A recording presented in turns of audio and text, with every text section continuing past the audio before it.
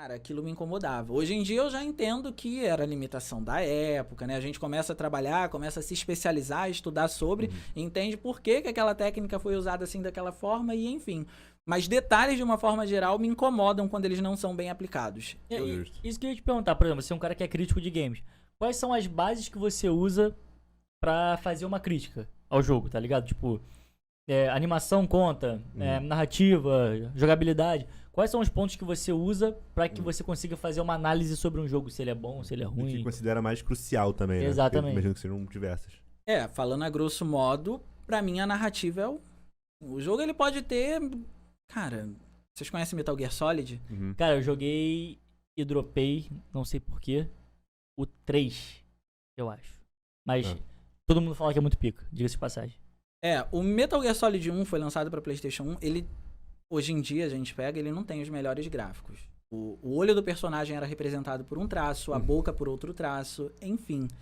Só que a qualidade da trama, a narrativa do jogo, era tudo tão bem contado, tão rico, que honestamente eu jogo até hoje.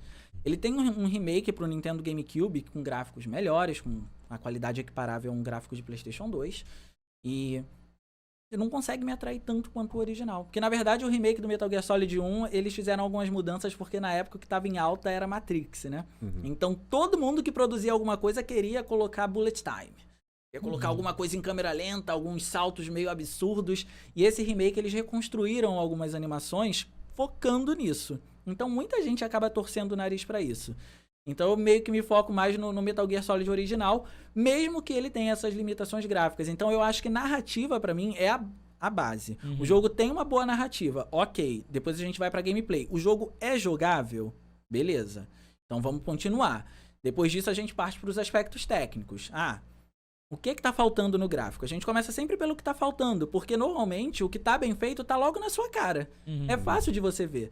Eu começo a ir pelos detalhes, porque normalmente é nos detalhes que tá faltando as coisas, né? Então, não sei, às vezes um elemento de iluminação, uma iluminação que tá errada. Por que essa iluminação tá errada? Hoje em dia a gente entende que a iluminação, ela sempre foi feita de forma manual, vamos colocar dessa forma, né? Os desenvolvedores tinham que investir muito trabalho manual e por conta disso, às vezes falta uma sombra num objeto, às vezes uma sombra está posicionada de forma errada e aí o jogo não tem um polimento, isso acaba passando batido, né? Aí por isso que a galera é tão focada no Ray Tracing hoje em dia, que vocês devem ter ouvido falar, obviamente. Porque Ray Tracing, ele automatiza todo o processo, né?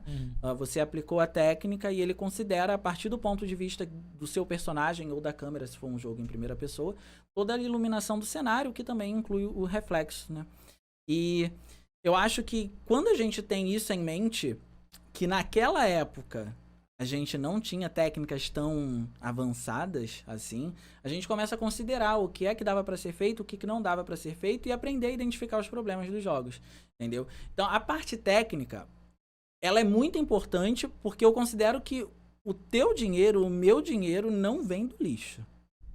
Então, eu acho que se você está investindo R$270, R$300 num jogo, ele tem que vir bem acabado, sim.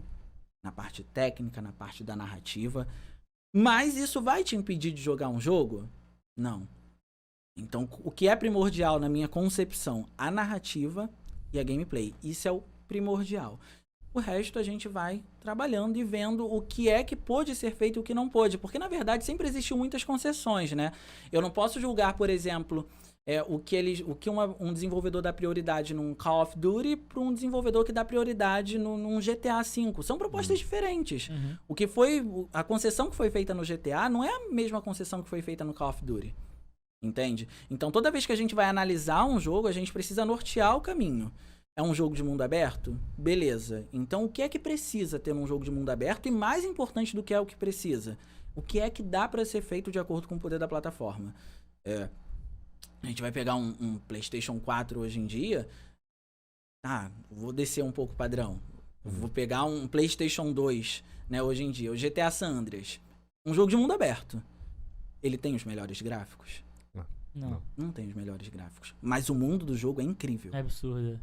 Você tem 3 cidades, se eu não me engano, para poder explorar. Os biomas são completamente diferentes. As pessoas... Cara, o GTA San Andreas, ele é tão absurdo que o cotidiano das pessoas difere de cidade para cidade. A vestimenta das pessoas, o comportamento das pessoas difere de cidade para cidade. Eu acho isso incrível. Mas eles precisaram fazer concessões. E a concessão foi o quê? A parte gráfica.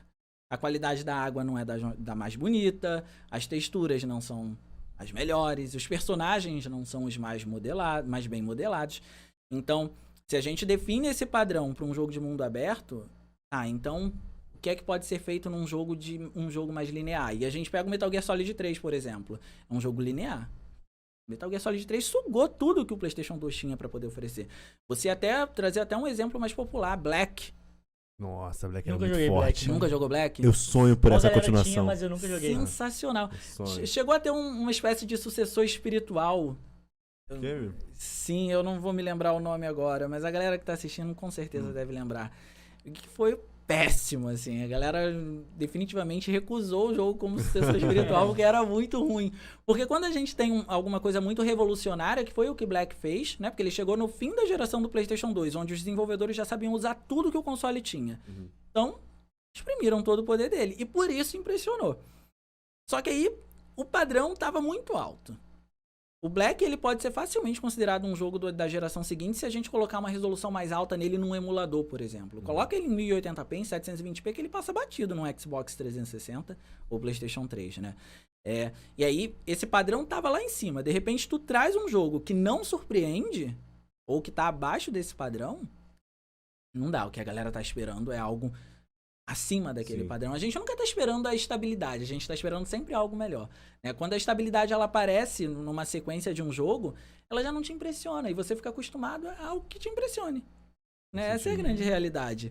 Por que, por exemplo, o Resident Evil 5, pra ambientar melhor a gente aqui, por que o Resident Evil 5 ele não impressionou tanto quanto o Resident Evil 4? Porque o salto do Resident Evil Code Verônica pro Resident Evil 4 foi muito grande. O do 4 pro 5 não foi grande. A gente teve melhorias, óbvio, é visível. A geração do PlayStation 3 e Xbox 360 conseguiu proporcionar assim, o que pra mim são os melhores efeitos gráficos assim para dar realismo ao jogo, que é a iluminação. Se você tem um jogo com... Inclusive eu tenho um exemplo perfeito pra isso. Ghost of Tsushima, alguém aqui já ouviu falar? Pô, Eu tô ligado, mas eu não cheguei a jogar. A PSN deu esse jogo? Não. Deu, porra. Deu, acho que a versão online. Deu, porra, eu baixei. Porra.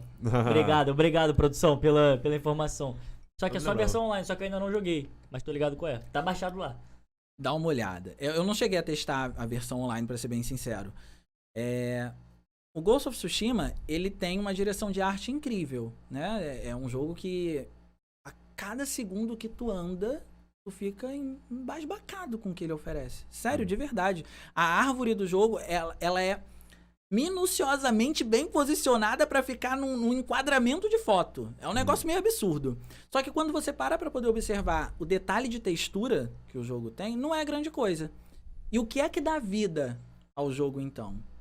A iluminação. O que faz todo o contraste pro jogo ser bonito é a iluminação.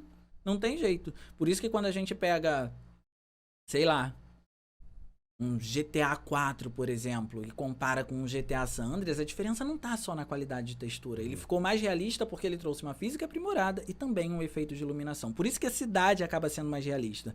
Porque a iluminação, ela te ajuda a dar muita profundidade também, né? Ela destaca os cenários, dá profundidade e especialmente naquela época, é meio louco pensar nisso, porque os desenvolvedores, eles tiravam muito proveito dessa questão da iluminação, porque não tinha muitos recursos. Basicamente, você tinha uma sombra dura, né, que é a projeção de uma luz direta sobre um objeto, e a área que não estava sombreada. E isso dava contraste.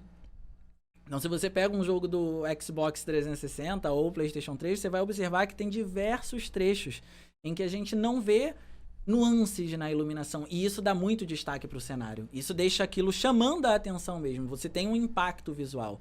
Hoje em dia não. Hoje em dia a proposta está muito mais refinada e tudo mais. Mas naquela época a ideia era mostrar, olha, esse console consegue trazer efeito de iluminação.